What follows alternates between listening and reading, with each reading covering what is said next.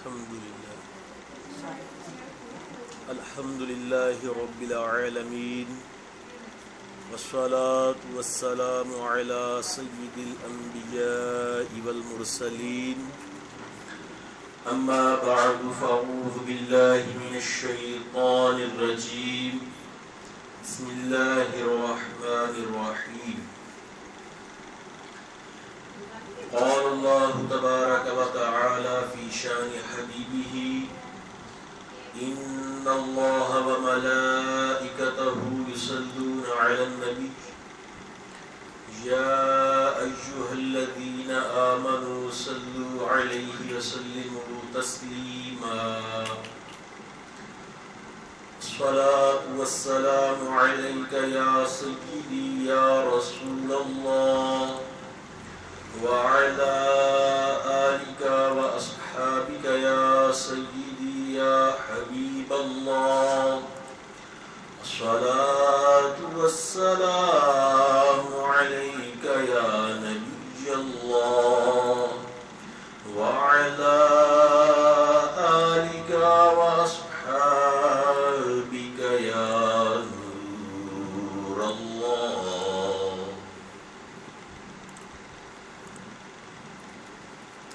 ہر طرح کی تعریف، تسبیح، توحید، کبریائی، بڑائی، عظمت، جلالت اللہ جل شانہ کی ذات کے لیے ہے.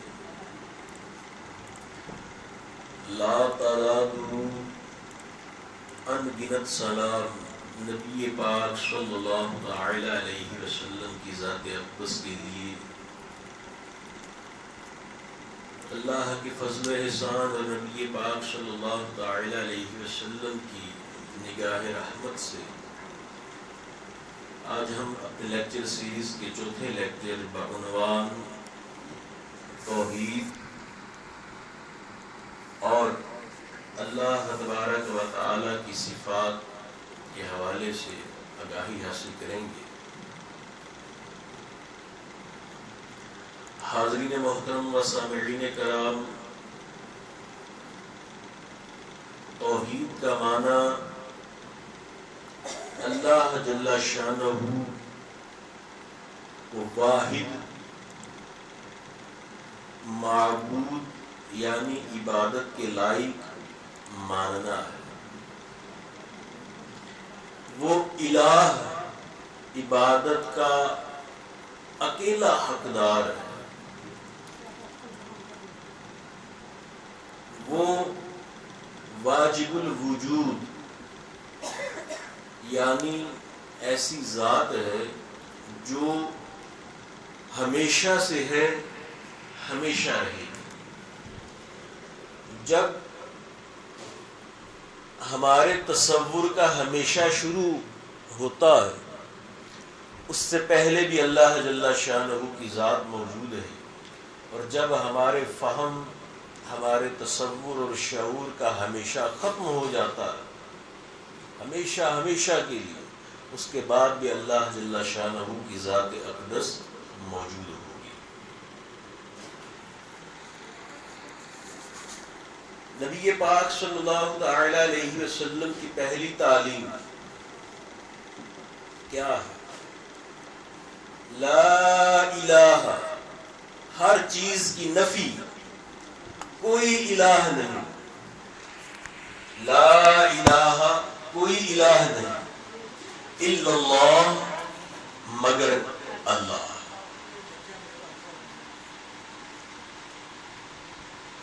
صرف اللہ ہی الہ یعنی عبادت کے لائق ہے. اس بات کا حقدار ہے کہ اس کی عبادت کی جائے.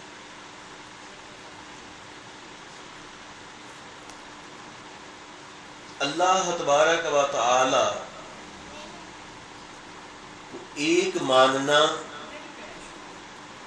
قرآن پاک کی بہت ساری آیات میں اس کے حوالے سے لکھا گیا. جیسے اللہ تبارک و تعالی ارشاد فرماتا ہے، قل، اے نبی آپ اعلان کر دیجئے، هو اللہ احد، وہ اللہ احد. ایک لفظ ہوتا ہے واحد، واحد کی جمع ممکن ہے. اللہ نے اپنی ذات کے لیے لفظ استعمال کیا احد. احد یونیک، اکیلا، جس کی جمع کا تصور ہی نہیں، جس کی دوئی ممکن ہی نہیں، وہ احد ہے. نہ اس کے ماں باپ، نہ اس کی اولاد، نہ اس کا کوئی شریک، نہ اس جیسا کوئی، نہ اس کی صفات جیسا کوئی، نہ اس کی ذات جیسا کوئی. بالکل ہر معاملے میں وہ بے نیاز ہے،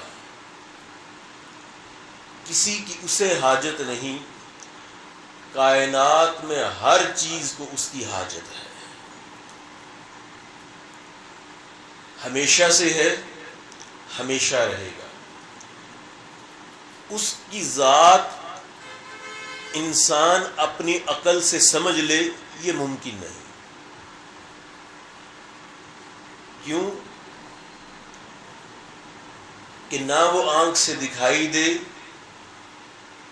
نہ وہ کانوں سے اس کا کلام سنا جا سکے، نہ اسے چھوا جا سکے، نہ اس کا احساس کیا جا سکے، یعنی محسوس اسے نہیں کیا جا سکے. ہاں اس نے اپنی قدرت سے اپنی ذات کی لاتعداد نشانیاں کائنات کے اندر جا بجا بکھیر دیں تاکہ جو اسے پانا چاہے، تلاش کرنا چاہے، اس کی نشانیوں کو ڈھونڈ لے، اور اس کی نشانیاں اس کا پتہ بتاتی ہیں.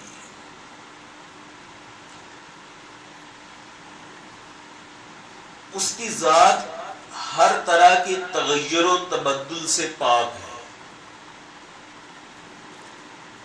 اس کی ذات ہر معاملے میں خود مختار ہے، کسی کا کسی بھی معاملے میں وہ محتاج نہیں. مثلا ہم دیکھتے، ہمیں دیکھنے کے لیے آنکھوں کی حاجت ہے جو پورے میکانزم کے ساتھ صحیح طور پر کام کر رہی ہو، ان کے لینز ٹھیک ہوں، ریٹینا ٹھیک ہو، آپٹک نرو ٹھیک ہو، ساری چیزیں ٹھیک کام کر رہی ہوں، پھر آنکھ دیکھ پائے گی. ہمیں دیکھنے کے لیے نور یا روشنی درکار ہے. روشنی موجود نہ ہو، اندھیرے میں ہماری آنکھیں کی بصارت کام نہیں کرتی. لیکن اللہ جل شانہ کو دیکھنے کے لیے نہ آنکھیں درکار ہیں، نہ وہ آنکھوں کا محتاج، نہ وہ روشنی کا محتاج. یہ چیزیں تو اس کی پیدا کردہ ہے. وہ سنتا ہے، ہم بھی سنتے ہی. ہمارا سننا محتاج ہے کانوں کا، کسی واسطے کا، ہوا کا، آواز کی لہروں کا. اس کا سننا کسی چیز کا محتاج نہیں. اس پر وقت نہیں گزرتا. اللہ جل شانہ کی ذات پر وقت گزرنے کا کوئی تصور نہیں. وہ اپنی ذات تو اس کی کیا، اس کی ذات سے جن چیزوں کی نسبت ہے ان پر بھی وقت نہیں گزرتا. مثال کے طور پہ روح جو اس نے آدم میں پھونکی، اور جو اس نے مخلوق انسانوں کے اندر پھونکنے کا ارادہ فرمایا، روح آج سے نہ جانے کتنے لاکھوں کروڑوں اربوں سال پہلے اس نے سب کی روحیں تخلیق کر دی. لیکن کیا اب تک وہ روحیں بہت بوڑھی یا بہت پرانی یا بہت بسیدہ یا بہت آؤٹ ڈیٹڈ ہو چکی ہیں؟ نہیں. جیسی اس نے تخلیق فرمائی تھی ویسی کی ویسے ہی ہیں. انسان کے اندر آئیں گی، ہو بہو ویسی ہی رہیں گی. جدا ہو کر چلی جائیں گی، ہو بہو ویسی ہی رہیں گی. تو جب اس کے کسی حکم پر تخلیق شدہ چیز پر وقت نہیں گزرتا تو اللہ جل شانہ پر بھی وقت نہیں گزرتا. یہ نہیں کہ وہ بوڑھا ہو رہا ہے، وہ پرانا ہو رہا ہے، وہ ماضی میں جا رہا ہے، نہیں. یہ وقت کے پیمانے ہمارے لیے اللہ جل شانہ ان سے پاک ہے. وہ جگہ، جسم، سمت، ہر ایک چیز سے پاک ہے۔ مثلا عام طور پہ لوگ جیسے کہہ دیتے ہیں کہ اللہ اوپر بیٹھا ہے، تو یہ غلط تصور ہے۔ اوپر کیا تو نیچے کیا، دائیں کیا تو بائیں کیا، جس سمت، جس طرف، جس خیال میں، جس طرف کوئی دیکھا جا سکتا ہے، سوچا جا سکتا ہے، ادھر ہی اس کے جلوے ہیں۔ تو پھر جی لوگ کہتے ہیں جی دعا آسمان کی طرف ہاتھ اٹھا کر کیوں مانگا جاتے ہیں، یا اس بات کا کیا تصور ہے؟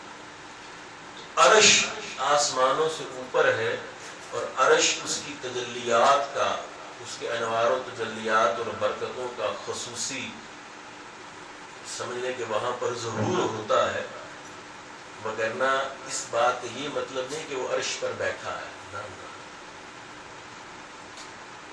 وہ جگہ اور جسم دونوں سے پاک ہے۔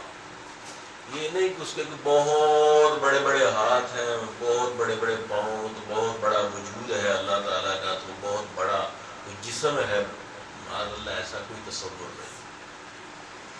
اللہ جگہ سے اور جسم سے دونوں سے پاک ہے۔ اوپر نیچے، دائیں بائیں، مشرق مغرب، شمال جنوب، کوئی جہت، کوئی سمت اس کے لیے متعین نہیں۔ ہر طرف جدھر انسان کی توجہ ہو ادھر ہی اللہ کے جلوے ہیں۔ وہ جسم سے پاک ہے۔ وہ جب فرماتا ہے کہ انسان کو میں نے اپنے ہاتھ سے بنایا، تو ہاتھ سے مراد کیا ہے؟ یہ انسان کی عقل سے بالا مار ہے۔ وہ جب فرماتا ہے کہ جنتی میرے دائیں ہوں گے، جہنمی میرے بائیں ہوں گے، تو اس کے دائیں بائیں سے کیا مراد ہے؟ انسان میں یہ نہیں ہے، عقل میں نہیں آ سکتا۔ کیونکہ اگر ہم یہ فرض کر لیں کہ بالفرض کہیں بیٹھا ہے، کچھ لوگ اس کے دائیں طرف ہیں، کچھ لوگ اس کے بائیں طرف ہیں، تو پھر اس کا مطلب ہوا کہ وہ سپیس جہاں پہ یہ سارا کچھ ہو رہا ہے وہ تو اللہ سے بڑی ہوئی نا، کہ اللہ ایک طرف بیٹھا ہے، وہ سپیس زیادہ ہے، اور اس میں ایک طرف جنتی ہے، دوسری طرف جہنمی ہے۔ نہیں نہیں، ہر چیز سے بڑا وہ ہے۔ اس کے دائیں بائیں سے کیا مراد ہے؟ یہ انسان میں عقل میں آنے والی چیز نہیں۔ دیکھیں، اور اس بات سے حیران نہ ہوا کریں یا پریشان یا وسوسہ نہ آئے کسی کو کہ جی یہ عقل میں کیوں نہیں آ سکتا۔ بڑی سادہ سی بات ہے۔ آپ بجلی کا ننگا تار دیکھیں، اس میں سے کرنٹ کا فلو ہو رہا ہے، آپ جتنا مرضی آنکھیں پھاڑ پھاڑ کر اسے دیکھتے رہیں، کیا آپ کو کرنٹ کا فلو نظر آئے گا؟ نہیں نظر آئے گا۔ کیوں؟ کیا دیکھ کر آپ یہ اندازہ لگا سکتے ہیں کہ اس میں سے کرنٹ گزرا ہے یا نہیں لگا سکتے؟ تو یہاں پر انسان کا مطلب کیا ہوا کہ بصارت کی حد ہو گئی، انسان کی بصارت کام نہیں کر رہی، عقل میں نہیں آئے گا کہ یہ کرنٹ گزرا ہے یا نہیں۔ ایک سادہ سی بات ہے۔ ہمارے حواس خمسہ بہت سارے معاملات میں ہمیں دھوکہ دیتے ہیں۔ بچپن سے ہم پڑھتے آئے، جیسے آپ سورج کو دیکھتے ہیں آپ کو بہت بڑا لگتا ہے، آپ ستاروں کو دیکھتے ہیں بہت چھوٹے لگتے ہیں۔ کیا ستارے واقعتاً چھوٹے ہیں؟ نہیں، وہ سورج سے بہت بڑے ہیں، لیکن ان کا فاصلہ زیادہ ہونے کی بنا پر ہمیں بہت چھوٹے چھوٹے لگتے ہیں۔ آنکھوں کو دھوکہ ہو گیا۔ اچھا، کیا آپ نے اور میں نے کبھی چیونٹیوں کی گفتگو سنی ہے؟ یہ چیونٹیاں باتیں کر رہی ہیں آپ کا ساتھ، جبکہ قرآن کے اندر سورہ نمل کے اندر پورا واقعہ بیان ہے۔ نام ہی سورت کا سورہ نمل ہے، چیونٹی۔ کہ سلیمان علیہ السلام اپنے لشکر کو لے کر جا رہے ہیں، چیونٹیوں کی ملکہ نے چیونٹیوں کو آواز لگائی کہ چلو اپنی اپنی بلوں کے اندر داخل ہو جاؤ۔ ابھی سلیمان علیہ السلام وہاں سے کم و بیش 30 میل دور ہے۔ چیونٹیوں کی ملکہ چیونٹیوں کو آواز لگا رہی ہے کہ جلدی کرو، اپنی اپنی بلوں کے اندر داخل ہو جاؤ، کہیں ایسا نہ ہو کہ سلیمان علیہ السلام کے لشکری بے خبری میں تمہیں اپنے گھوڑوں کے ٹاپوں تلے روند دیں۔ اور سلیمان علیہ السلام 30 میل دور سے چیونٹیوں کی بات بھی سن رہے ہیں۔ قرآن بتا رہا، ہمارے کان کے پردے پر چیونٹی رکھ دی جائے تو ہم اس کی بات نہیں سن سکتے۔ اس کا مطلب کیا ہوا کہ یہ ضروری نہیں کہ جو ہمارے حواس خمسہ سمجھتے ہیں وہی چیز ہوتی ہے۔ ہماری عقل میں بہت ساری چیزیں نہیں آتی جبکہ ان کا وجود ہوتا ہے۔ اس کمرے میں اس وقت ہزاروں نہیں شاید لاکھوں کی تعداد میں مختلف طرح کی ریز موجود ہے۔ لا تعداد ٹیلی ویژن چینلز کی ریز موجود ہے، ریڈیو اسٹیشنز کی ریز موجود ہے، موبائلز کی لہریں ان گنت نمبروں کی یہاں پر موجود ہیں۔ پتہ نہیں کون کون سے وائرلیس سیٹس کی فریکوینسیز یہاں پر موجود ہیں، ہمارے جسموں سے آر پار ہمہ وقت ہو رہی ہیں، ہمارے گرد گھیرے ہوئے، فضا بھری ہوئی ہے لاتعداد قسم کی مختلف طرح کی ریز سے، شعاؤں سے، لیکن کیا ہم ان کا ادراک محسوس کر پاتے ہیں؟ ان کو نہیں کر پاتے۔ ہاں، ایک موبائل کا آلہ ہو جس کی متعلقہ فریکوینسی ہوگی فوراً ٹو ہو جائے گی۔ تو مطلب کیا ہے کہ یہ ضروری نہیں کہ جو آنکھ سے نظر آئے، جو کان سن پائیں، جس کو جسم محسوس کر پائے اسی کا وجود ہے، دوسرا کا وجود نہیں۔ ایسے ہی اللہ جل شانہ کی ذات اقدس، تو ہماری عقلوں میں آ جائے یہ ممکن نہیں ہے، کیونکہ عقلیں ہماری چھوٹی ہیں، اس کا وجود، اس کی ذات بڑی ہے۔ ہاں، اس کی یہ نشانیاں ہیں کچھ جن سے ہم اس کو سمجھتے ہیں۔ وہ جب جو چاہتا ہے، جب چاہتا ہے فرماتا ہے کن ہو جا، وہ ہو چکی ہوتی ہے۔ مطلب اسے بولنے کی بھی اصلاً حاجت نہیں، یہ تو ہمیں سمجھانے کے لیے کہ میں وہ فرماتا ہے کن ہو جا فیکون، وہ ہو چکا ہوتا۔ تو پھر اس طرح کی آیات جیسے قرآن پاک میں فرمایا گیا کہ اللہ تبارک و تعالیٰ نے 6 دن میں زمین و آسمان کو پیدا کیا، تو 6 دن سے کیا مراد ہے ہم نہیں جانتے، کیونکہ دن تو ہمارے ہاں معروف ہے، ایک سورج کے چکر کو ہم دن بول دیتے ہیں، تو اللہ کے ہاں تو سورج کا یہ تصور ہی نہیں، اللہ تو سورج تو اس کی تخلیقات میں سے ایک چھوٹی سی تخلیق ہے۔ تو قرآن مجید کے اندر جو اللہ تبارک و تعالیٰ کی ذات کے حوالے سے یہ جتنی چیزیں ہیں، یہ متشابہات میں سے ہیں، جن کا درست معنی اللہ اور اللہ کے رسول ہی بہتر جانتا ہے، ہم نہیں جان سکتے۔ ہاں، اس کی صفات ہمیں معلوم ہے، جیسے وہ اکیلا ہے، بیوی بچے ماں باپ بہن بھائی ہر چیز سے پاک ہے، ہمیشہ سے ہے، ہمیشہ رہے گا۔ اب اللہ تبارک و تعالیٰ کی کچھ صفات کو زیادہ تھوڑا سا ڈیٹیل سمجھتی ہے۔ وہ فرماتا ہے وہ سمیع ہے، ان اللہ سمیع بصیرا، اللہ سننے والا دیکھنے والا ہے۔ انسان کے بارے میں بھی وہ فرماتا ہے فجعلناہ سمیعا بصیرا، ہم نے انسان کو سننے والا دیکھنے والا بنایا۔ تو کیا مطلب؟ کیا انسان کا سننا اور دیکھنا ایسا ہی ہے جیسے اللہ کا سننا اور دیکھنا؟ ایک جیسے ہے۔ لفظ تو سمیع سننے والا وہی اللہ کے لیے استعمال ہوا، وہی انسانوں کے لیے استعمال ہوا۔ وہی لفظ بصیر دیکھنے والا اللہ کے لیے ہے، وہی انسان کے لیے۔ تو فرق کیا ہے؟ آئیے اب ذرا فرق کو سمجھ لیں، پھر آگے چلیں۔ اللہ جل شانہ کی جتنی صفات ہیں وہ اس کی ذاتی ہے، کسی کی دی ہوئی نہیں۔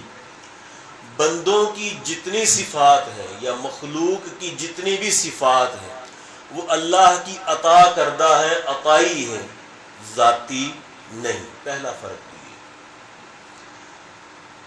اللہ تبارک و تعالی اپنی صفات کے لیے کسی کا محتاج نہیں، مخلوق اپنی صفات کے لیے ہمہ وقت اس کی محتاج ہے۔ دو باتیں۔ اللہ تبارک و تعالی کی صفات کی کوئی حد نہیں۔ اللہ دیکھتا ہے تو اس کی نگاہ، اس کے دیکھنے میں کوئی چیز رکاوٹ نہیں۔ وہ اندھیری رات میں اندھیرے پتھر کے، سیاہ پتھر کے اندر چھپے ہوئے کیڑے کو بھی بالکل ویسے ہی دیکھتا ہے جیسے دن میں ہم لوگ دیکھ رہے ہوتے ہیں۔ ہمارا دیکھنا پھر بھی ویسا نہیں۔ اس کی نگاہ سے کوئی چیز پوشیدہ نہیں ہو سکتی، کوئی دیوار، کوئی پردہ اس کی نگاہ کے آگے رکاوٹ نہیں بن سکتا۔ جبکہ ہمارا دیکھنا کے اندر جو چیز بھی ہمارے سامنے آ جائے گی رکاوٹ بن جائے گی۔ دیوار کے پار ہم نہیں دیکھ سکتے، پردے کے آگے ہم نہیں دیکھ سکتے۔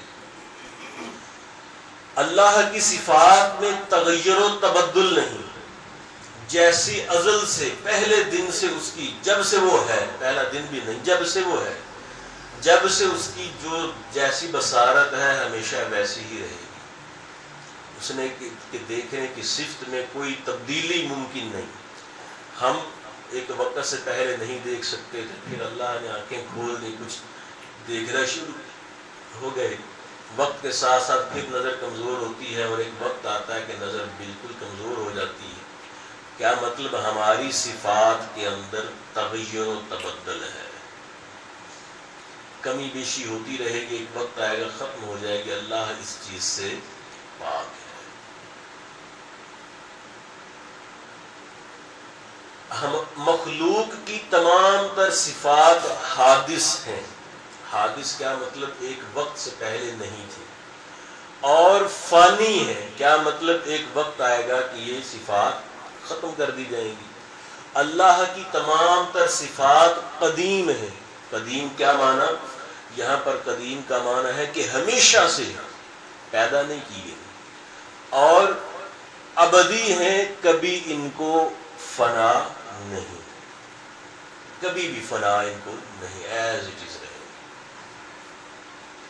یہ بندوں یا مخلوق کی صفات اور اللہ کی صفات کے درمیان یہ بنیادی فرق ہے. اللہ بھی ہادی، ہدایت دینے والا، اس کے کرم سے قرآن بھی ہدایت دیتا ہے، اور رسول بھی ہدایت دیتے ہیں، علماء بھی ہدایت دیتے ہیں، قرآن بھی ہدایت دیتا ہے، خانہ کعبہ بھی ہدایت دیتا ہے. لیکن اللہ کے ہدایت دینا جب ہوگا تو اس کا ذاتی، قدیم، اپنے کسی کا محتاج نہ ہونا، کوئی تغیر و تبدل نہ ہونا، بے نیاز ہونا. مخلوق جب ہادی ہوگی تو اللہ کی عطا سے حادث ہوگی، تغیر و تبدل ہوگا، ہمہ وقت اللہ کی محتاج ہوگی. ایسے بہت ساری قسمیں. وہ رشید ہے، بندے بھی رشید ہوتے ہیں، نبی بھی رشید. رشید مطلب کیا؟ سچی راہ کی طرف بلانے والا ہے. اللہ بھی رشید ہے، بندے بھی رشید ہیں. اللہ بھی صدیق سچا ہے، بندے بھی سچے ہیں، رسول بھی سچے ہیں، قرآن بھی سچا ہے. لیکن فرق یہ ذہن میں رکھیے، بندوں یا مخلوق کی صفات ہوں گی تو ان میں کیا ہوگا، اور جب اللہ کی صفات ہوں گی تو ان میں کیا ہوگا. بہت ساری. اللہ بھی قوی ہے، لوہے کو بھی وہ کہتا ہے میں نے قوی بنایا، انسان کو جوانی میں قوی بنایا. اللہ تبارک و تعالی جمیل ہے، خوبصورت ہے، انسانوں کو بھی خوبصورت بناتا ہے. اللہ تبارک و تعالی علیم ہے، علم والا ہے، بندوں کو بھی علم والا بناتا ہے. اللہ حکیم ہے، بندوں کو بھی حکمت سکھاتا ہے، حکیم بھی ہوتے ہیں. اللہ مولانا ہے، بندے بھی مولانا ہوتے ہیں، مولا والے. اللہ تبارک و تعالی خبیر ہے، خبر رکھتا ہے، بندوں کی بہت ساری چیزوں کی خبر ہوتی ہے. اللہ تبارک و تعالی کی یہ صفات اگر آپ ڈھونڈتے چلے جائیں گے تو کم و بیش کے 50-60 صفات ایسی آپ کو ملیں گی جو بندوں میں بھی ہیں، اللہ میں بھی ہیں. لیکن فرق یہی ذہن میں رکھنا ہے، یہ فرق رہے گا تو توحید برقرار رہے گی، یہ فرق نہیں رہے گا تو توحید ختم ہو جائے گی. اللہ کی تمام تر صفات ذاتی، قدیم یعنی ہمیشہ سے ہیں، ہمیشہ رہیں گی، ہر طرح کے تغیر و تبدل سے، کمی بیشی سے محفوظ ہیں، پاک ہیں. اپنی صفات کے لیے وہ کسی کا محتاج نہیں، اس کی صفات ہمیشہ سے ہیں، ہمیشہ رہیں گی. اور بندوں کی تمام تر صفات حادث ہیں، اس کے عطا کرنے سے ہیں. ایک وقت تھا کہ یہ صفات نہیں تھی، ایک وقت آئے گا کہ یہ صفات ختم ہو جائیں گی. بندوں کی تمام تر صفات میں وہ اللہ کے ہمہ وقت محتاج ہیں. اللہ جب چاہے ان سے یہ صفات چھین سکتا ہے. بندوں کی صفات میں تغیر و تبدل ہوتا رہتا ہے، کبھی زیادہ ہو گئی، کبھی کم ہو گئی. اللہ کی صفات میں یہ کمی بیشی یا کوئی تصور نہیں ہے. یہ فرق ایسا بنیادی فرق ہے کہ یہ ذہن میں رہے گا تو توحید باقی ہے، یہ ذہن سے نکل جائے گا تو پھر توحید ختم ہو جائے گی.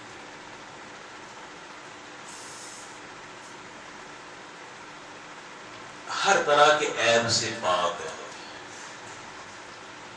اللہ تبارک و تعالی، ہر طرح کے عیب سے پاک ہے. کسی پر ظلم نہیں کرتا.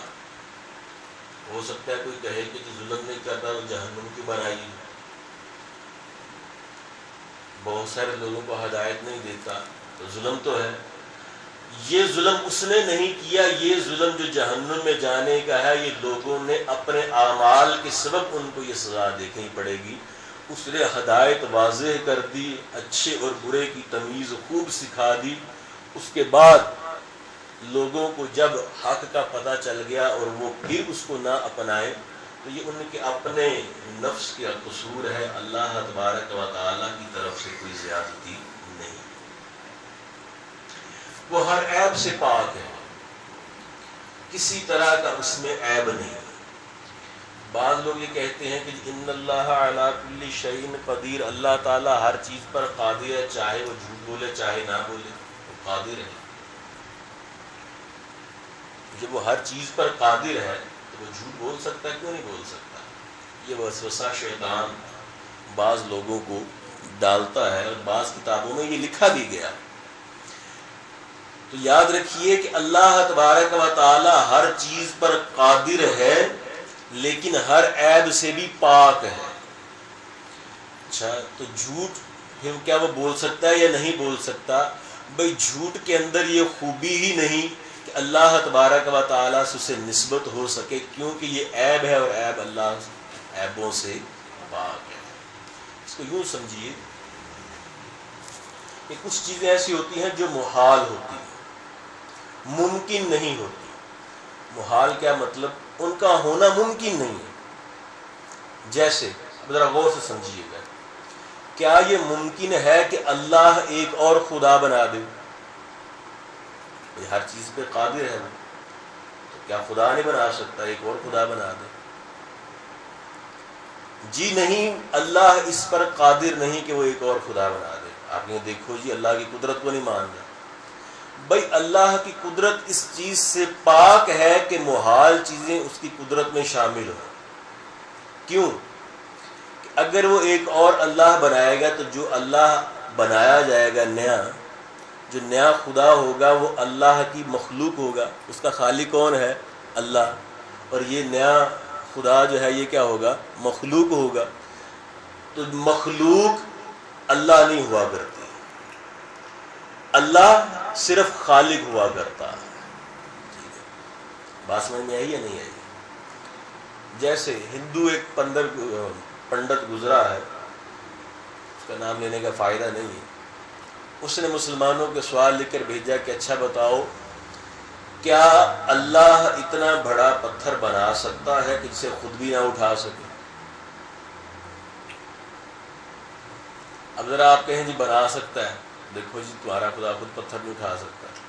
اگر آپ کہیں کہ نہیں بنا سکتا تو وہ کہے گا جی دیکھو ان کا خدا پتھر نہیں بنا سکتا۔ تو یہ سوال نہیں ہے، دراصل ایسا پتھر بننا جس کو اللہ بھی نہ اٹھا سکے یہ محال ہے، ممکن نہیں ہے۔ تو جو محال چیزیں ہوتی ہیں اللہ تبارک و تعالی اس چیز سے پاک ہے کہ وہ اس کی قدرت میں شامل ہے۔ تو وہ ہر عیب سے، ہر نقص سے پاک ہے۔ جو چیزیں محال ہیں اللہ اس بات سے پاک ہے کہ وہ اس کی قدرت میں شامل ہوں۔ ٹھیک ہے؟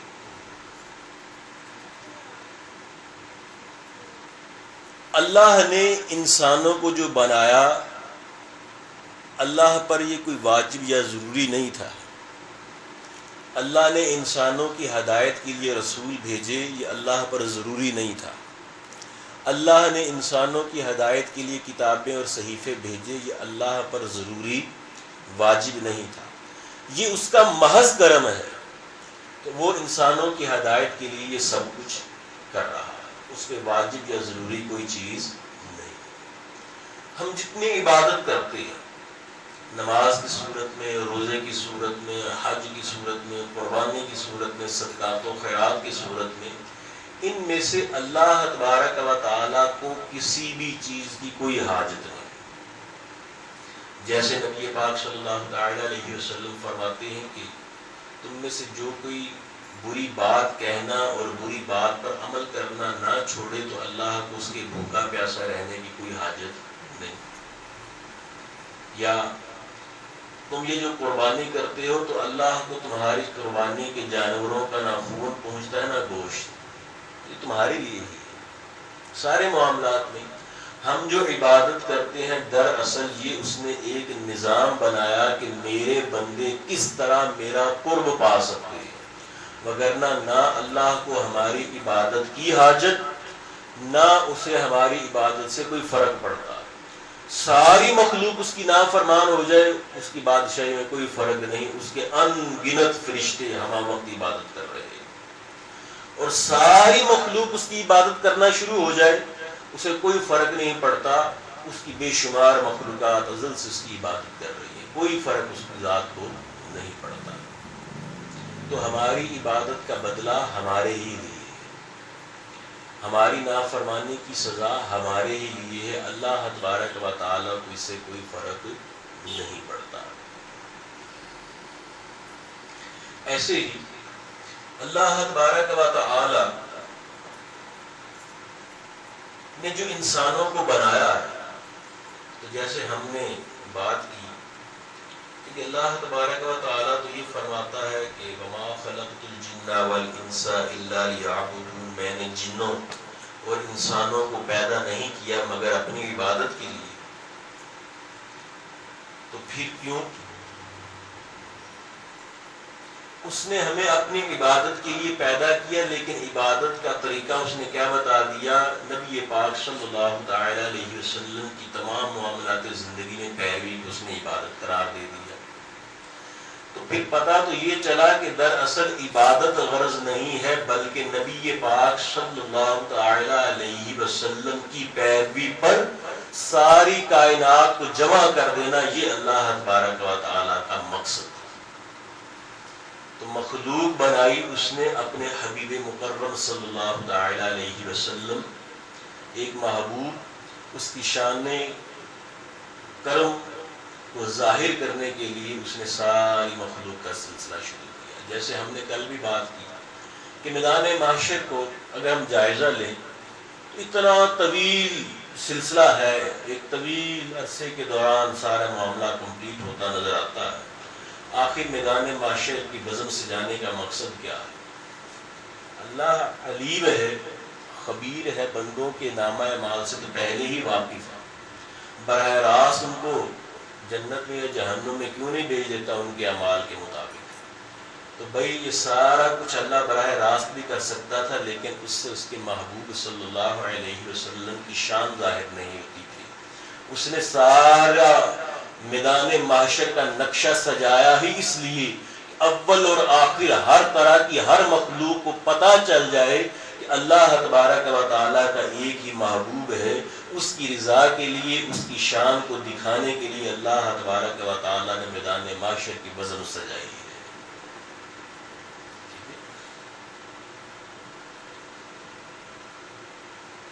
اللہ زندہ ہے، ہمیشہ سے ہے، ہمیشہ رہے گا۔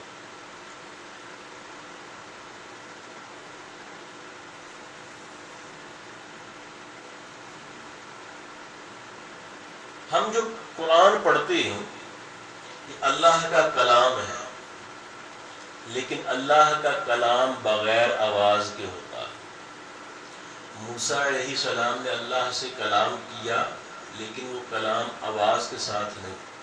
کیسے ہے یہ نہیں ہم جانتے،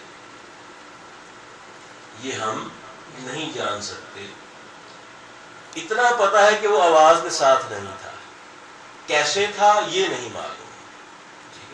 نبی پاک صلی اللہ تعالی علیہ وسلم نے شب معراج اللہ کو دیکھا، اتنا پتہ ہے دیکھا، کیسا تھا، اس کی کیفیت کیا تھی یہ نہیں جانتے، بلکہ مفسرین کرام اور علماء دین اس معاملے میں بڑا پیارا جملہ بولتے ہیں، کہتے ہیں کہ یہ ہم نہیں جانتے کہ اللہ کیسا تھا، انشاءاللہ قیامت میں جب اللہ تبارک و تعالیٰ کا جنت میں دیدار کریں گے تو ضرور بتا دیں گے کیسا ہے۔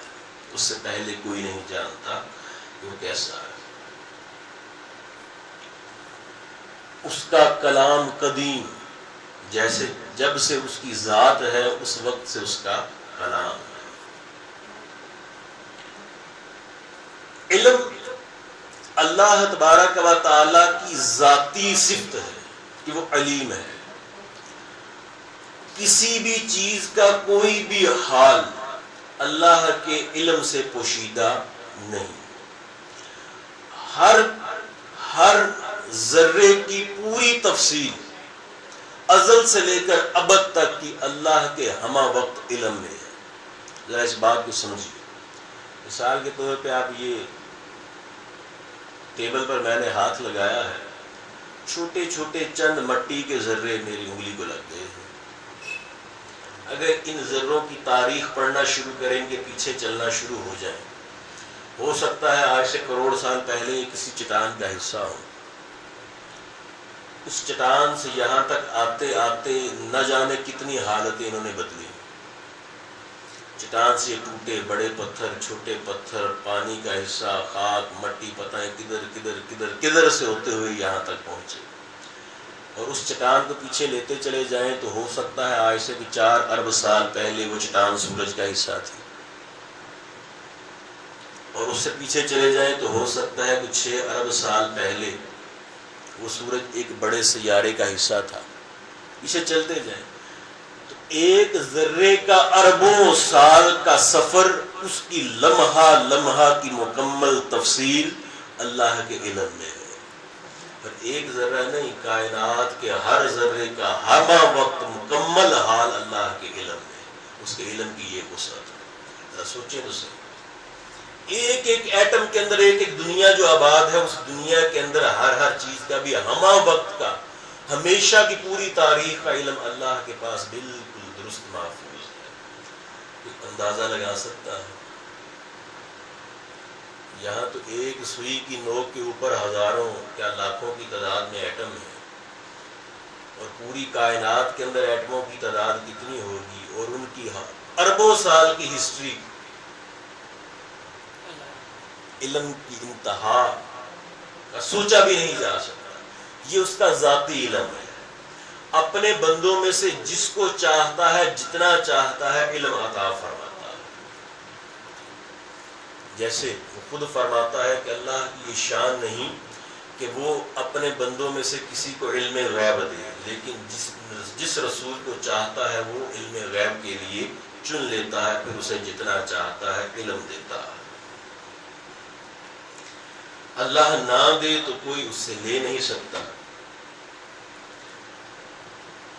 زندگی بخشنا، موت دینا، رزق دینا، یہ سب اللہ کی صفات ہے۔ آپ کہیں جی کام میں سارا دن کرتا ہوں، اتنی مشقت بھاگ دوڑ یہ سارا کیا تو روزی اللہ کیسے دے رہا ہے؟ یہ تو میں کوشش کر رہا ہوں۔ جو ہم بھاگ دوڑ کر رہے ہیں، یہ اللہ تبارک و تعالیٰ نے اس دنیا کو جو عالم اسباب بنایا ہے، اس عالم اسباب کو چلتا رکھنے کا حصہ ہے۔ اس عالم اسباب کو چلتا رکھنے کے لیے اس نے ایک بندے کی ضروریات کو دوسرے بندے کی ضروریات سے، اس کو تیسرے بندے کی ضروریات سے، اس کو چوتھے بندے کی ضروریات سے ایک ہمہ گیر جال ہے، جس کے اندر ہر بندہ کسی نہ کسی کا محتاج ہے۔ بچے ماں باپ کے محتاج ہیں، اساتذہ کے محتاج ہیں، بہن بھائیوں کے محتاج ہیں۔ ہر بندہ کسی نہ کسی لحاظ سے دوسروں کے ساتھ ایک پورے نیٹ ورک کے اندر الجھا ہوا ہے۔ یہ عالم اسباب ہے۔ حقیقت میں روزی دینے والا اللہ ہی ہے، زندگی دینے والا اللہ ہی ہے۔ وہ نہ چاہے تو جو کچھ مرضی کر لے، کوئی اولاد کا تصور نہ ہو، زندگی کا کوئی تصور نہ ہو، اور وہ جب چاہے، جیسے چاہے، جس کو مرضی، جہاں مرضی چاہے موت دے دے، کوئی اس کو پوچھنے والا نہیں۔ کسی اصول، کسی ضابطے کا وہ پابند نہیں، مخلوق اس کے ضابطوں کی پابند ہے۔ کل بھی ہم نے بات کی تھی، چونکہ وہ ہر چیز کا علم رکھتا ہے، آنے والی ہر چیز کا بھی اس کو علم ہے۔ جب علم اس کو ہے، اس نے اپنے علم سے ہمارے مستقبل کو جانا، اور جو ہم کرنے والے تھے اس کو اس نے لکھ دیا۔ یہ کیا ہو گئی؟ تقدیر۔ اور مخلوق میں سے کس کو کیا دینا ہے، کس کیا نہیں دینا، یہ اس نے اپنے اختیار میں رکھا۔ جب چاہتا ہے دے دیتا ہے، جب چاہتا ہے لے لیتا ہے۔ تو ہم تقدیر کے پابند ہیں۔ یہ نہیں کہ ہم مجبور ہیں، نہیں، اس نے ہمیں جو اختیار دیا ہے، جو ہم نے کرنا تھا وہ اس نے لکھ رکھا ہے، ہم وہی کر رہے ہوتے ہیں، کیونکہ اسے پہلے ہی پتہ ہے کہ ہم نے کیا کرنا ہے. ٹھیک ہے. اس کی شانیں بہت رفیع ہیں، اعلیٰ ہیں، بندوں پر بہت مہربان، بہت قریب، معمولی نیکیوں پر بہت زیادہ اجر و ثواب دینے والا، عطائیں کرنے والا، کرم کرنے والا. اتنا مہربان کہ حدیث پاک میں فرمایا گیا کہ ماں سے 70 گنا زیادہ بندوں سے پیار کرتا ہے. ایک ماں کے دل میں بچے کے لیے جتنا پیار ہو سکتا ہے اس سے 70 گنا زیادہ لگا لیں تو اللہ کو بندوں سے پیار ہے. وہ ہمہ وقت بندوں کی بھلائی ہی چاہتا ہے. ہمہ وقت جب بھی کوئی اسے یاد کرتا ہے وہ اس کی بات کا جواب دیتا ہے. ہاں، سننے والے سن پاتے ہیں، جو نہیں سن پاتے وہ نہیں سن پاتے. ہر ایک کی دعاؤں کا قبول کرتا ہے. ہاں، کسی کی دعا کو فوراً ظاہر کر دیتا ہے، کسی کی دعا کو کسی اور رنگ میں ظاہر کرتا ہے، کسی کی دعا کو ایک وقت خاص تک کے لیے روک لیتا ہے. لیکن جو بھی اس سے دعا کرتا ہے ہر دعا کو لازمی پورا کیا جاتا ہے. اب آپ کہیں گے یہ جو کہا جاتا ہے کہ جی نماز کے بعد دعا کرو قبول ہوگی، یوں کرو تو قبول ہوگی، دعا جو بھی کی جائے ہمیشہ قبول ہوتی ہے. جب یہ کہا جاتا ہے کہ خانہ کعبہ کو دیکھو تو دعا کرو، ماں باپ کی خدمت کر کے دعا کرو، فرض نماز کے بعد دعا کرو، صدقہ و خیرات کر کے دعا کرو، تو اس کی مراد یہ ہوتی ہے کہ اگر اس طرح کے اللہ کو خوش کرنے والے کام کر کے دعا کرو گے تو وہ تمہاری دعائیں تمہارے مزاج کے مطابق جلدی پوری کر دے گا. وگرنہ جو بھی اس سے دعا کرتا ہے، جو بھی دعا کرتا ہے وہ ہر دعا کو پورا ضرور کرتا ہے. ہاں، اس کے پورا کرنے کے انداز مختلف ہے. کسی کی دعا اس رنگ میں پوری کی جاتی ہے کہ جو اس نے مانگا وہ دے دیا. کسی کی دعا اس رنگ میں پوری کی جاتی ہے کہ جو اس نے مانگا وہ تو نہیں دیا لیکن جو اس کے حق میں بہتر ہے وہ دے دیا. کسی کی دعا اس انداز میں پوری کی جاتی ہے کہ اس سے آنے والی بلا، آفت، مصیبت کو ٹال دیا جاتا ہے. کسی کی دعا اس انداز سے پوری کی جاتی ہے کہ اللہ تبارک و تعالی اس کے لیے اجر و ثواب کو جمع کرتا رہتا ہے، اور قیامت کے دن جب اس کی نیکیاں کم پڑ رہی ہوں گی اس کی دعاؤں کا جو ثواب ہوگا وہ ڈال کر اس کی بخشش کا سامان کر دیا جائے گا. کسی کی دعا کو اس انداز میں پورا کیا جاتا ہے کہ اس کو فائدہ نظر نہیں آتا لیکن اس کی نسلوں کو وہ فائدہ مل جاتا ہے، اس کی نسلوں کے اندر وہ برکت رکھ دی جاتی ہے. تو اللہ تبارک و تعالی ہر بندے کی دعا کو قبول کرتا ہے، پورا کرتا ہے، کیونکہ وہ رب ہے اور بندوں پر مہربان ہے. واجب یا فرض نہیں ہے اس پہ کہ وہ بندوں کی دعا کو پورا کرے، صرف اس لیے کہ وہ کریم ہے اور اس کے کرم کی شان یہ ہے کہ وہ بندوں کی دعائیں پوری کرتا ہے.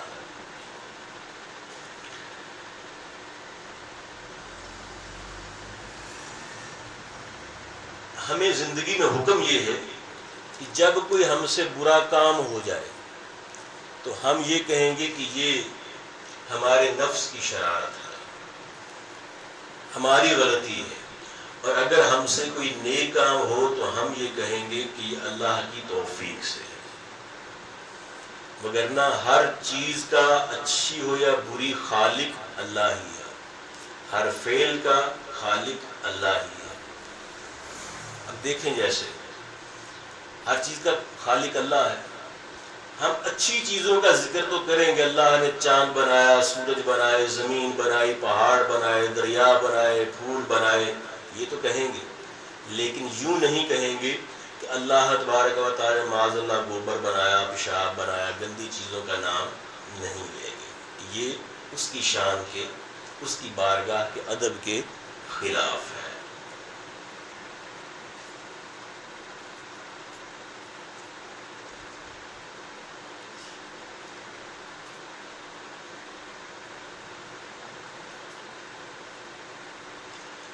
وہ جو چاہے جیسے کرے، کسی کو اس پر قابو نہیں، نہ کوئی اس کے ارادے سے اسے باز رکھ سکتا ہے، نہ اس کو اونگ آتی ہے نہ نیند آتی ہے.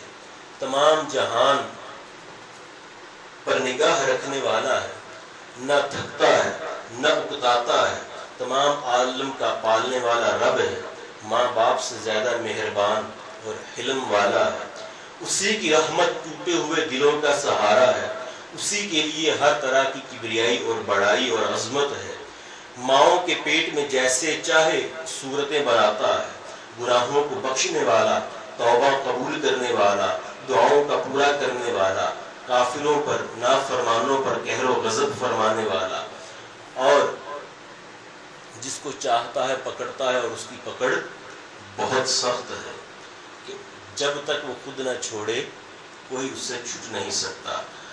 وہ چاہے تو چھوٹی چیز کو وسیع کر دے اور وسیع کو سمیٹ دے، جس کو چاہے بلند کر دے، جس کو چاہے پست و ذلیل کر کے جس کو چاہے پست و ذلیل کر دے، جس کو چاہے عزت دے، جس کو چاہے ذلیل کرے، جس کو چاہے راہ راست پر لائے، جس کو چاہے راہ راست سے دور کر دے، جسے چاہے اپنا بنا لے، جسے چاہے بیگانہ کر دے، جسے چاہے عطا کر دے، جسے چاہے جو کچھ اس کے پاس ہے چھین لیتا ہے۔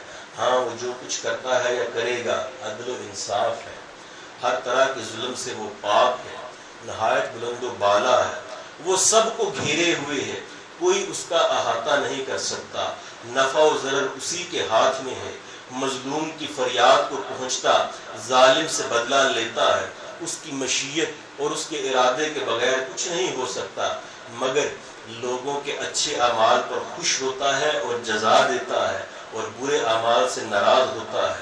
اس کی رحمت ہے کہ ایسے کام کا حکم نہیں دیتا جو طاقت سے باہر ہو، انسان کے بس میں نہ ہو۔ اللہ عز و جل پر ثواب یا عذاب یا بندے کے ساتھ لطف و مہربانی کرنا جو اس کے حق میں بہتر و واجب نہیں، محض اپنے کرم سے کرتا ہے۔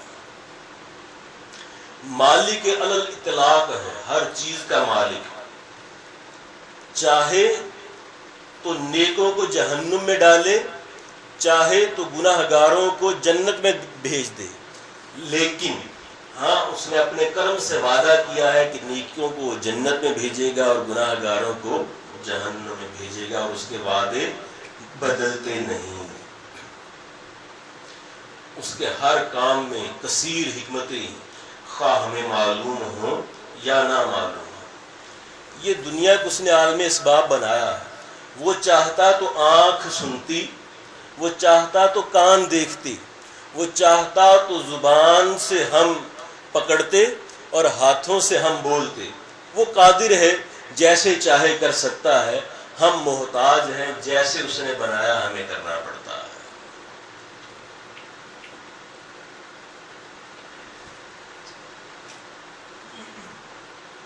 روئے زمین کی تمام عقلیں اکٹھی ہو کر بھی اللہ تبارک و تعالی کی کسی ایک فعل، کسی ایک کلام کی ساری حکمتوں کو نہیں سمجھ سکتی۔ یہ محض اس کا کرم ہے کہ کچھ باتوں کا علم ہمیں عطا کر دیتا ہے اور بہت ساری باتوں کا علم ہمیں عطا نہیں کرتا۔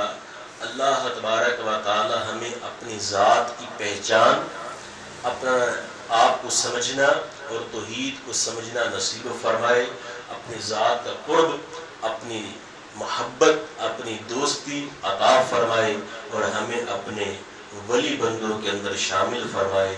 وما علینا الا البلاغ۔ بسم اللہ الرحمن الرحیم۔ اللہم صلی وسلم وبارک علی سیدنا ومولانا محمد وعلی آلہ وصحبہ وبارک وسلم۔ یا اللہ عز و جل، جو کچھ ہم نے بیان کیا سنا، اسے یاد رکھنے، اس پر عمل کرنے، دوسروں تک پہنچانے کی توفیق عطا فرما۔ یا اللہ عز و جل، ہمیں ہمیشہ تیری بارگاہ میں با ادب رہنے کی سعادت نصیب فرما۔ یا اللہ عز و جل، ہمیں ہر طرح کی بے ادبی سے محفوظ فرما۔ یا اللہ عز و جل، ہماری، ہمارے والدین کی، ہمارے اساتذہ، ہمارے شاگردوں، ہمارے اہل خانہ، ہمارے تعلق والوں، سب کی کامل بخشش و مغفرت فرما۔ یا اللہ عز و جل، ہمارے گھروں میں سیر قسم کی بیماری، قرضہ داری، بے اولادگی، ناجائز مقدمہ بازی، ہر طرح کی آفت و بلا، جادو ٹونا، سحر آسیب کی نحوست کو اپنے فضل و کرم سے ختم فرما۔ پاک مدینے میں ایمان و عافیت کے ساتھ ہم سب کو شہادت کی موت نصیب فرما۔ یا اللہ، رزق حلال واسع آسان عطا فرما۔ لقمہ حرام سے محفوظ فرما، مرنے سے پہلے پہلے سچی توبہ کی توفیق عطا فرما۔ جس کسی نے بھی دعا کے واسطے یا رب کہا، کر دے پوری آرزو ہر بے قصور مجبور کی۔ وصلی اللہ تعالی علی حبیبہ خیر خلقہ سیدنا و مولانا محمد وعلی آلہ وصحبہ وبارک وسلم برحمتک یا